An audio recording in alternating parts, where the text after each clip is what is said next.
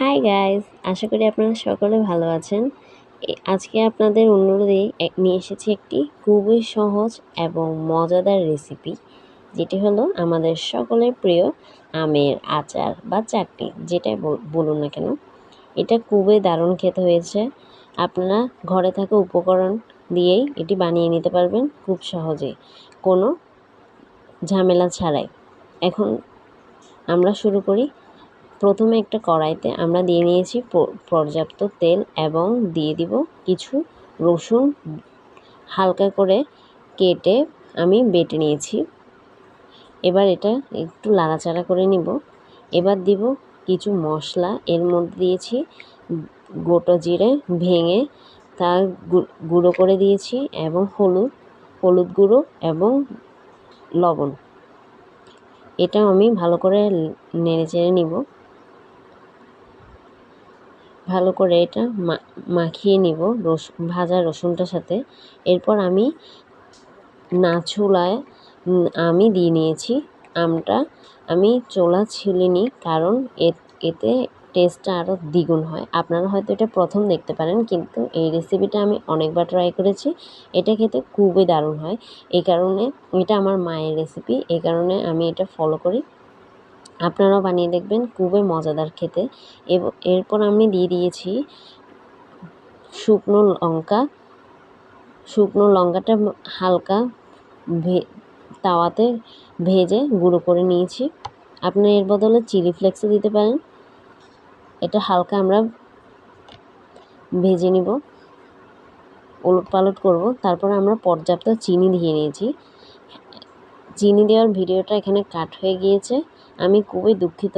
আপনারা যতটুকু আম দিবেন সেই অনুযায়ী চিনি দিবেন। এখানে আমি 2 কেজি আম নিয়েছি, এর জন্য আমি 2 কাপ পরিমাণ চিনি দিয়েছি। আপনারা যদি 2 কেজি আম নেন তাহলে 2 কাপ চিনি দিবেন। আর লবণও আমি পরিমাণ মতো দিয়েছি, আপনারা যার যার স্বাদ অনুযায়ী দিতে পারেন। এছাড়াও আমি ডেসক্রিপশন বক্সে লিখে দিব পরিমাণ।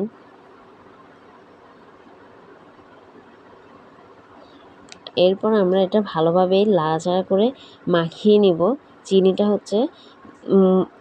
চিনিটা গলার অপেক্ষা করব, আর এটা ভালোভাবে মাখিয়ে নিব।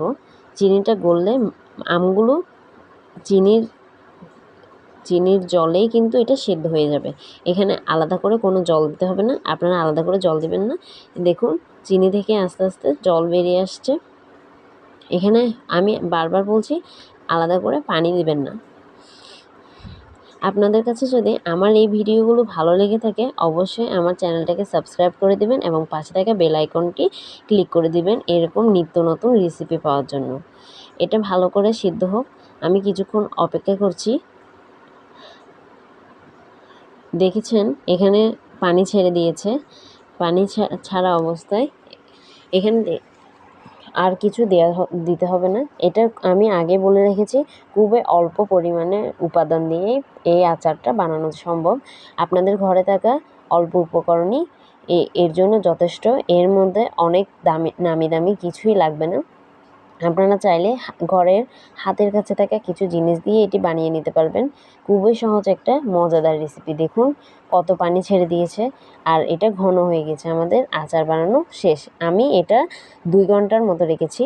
এখন আমি এটা ভাতের সাথে পরিবেশন করেছি। এটা আপনারা হয়তো ভাবতে পারেন অদ্ভুত, কিন্তু না, ভাত দিয়ে খেতে দারুণ মজা। আপনারা এই আচারটা ভাত দিয়ে খেয়ে দেখবেন, আর এমনি তো এনজয় করবেনই। এমনি খেতেও দারুণ স্বাদ। এটা খাওয়ার জন্য আমাদের ঘরের বাচ্চারা পাগলামি করছে। খুবই দারুণ হয়েছে। আমরা প্রায় সময়ই ভাত দিয়ে খেয়ে থাকি। আমি যে চোলা ফেলিনি সেটা দেখুন কত দারুণ খেতে হয়েছে। আপনারা অবশ্যই এটা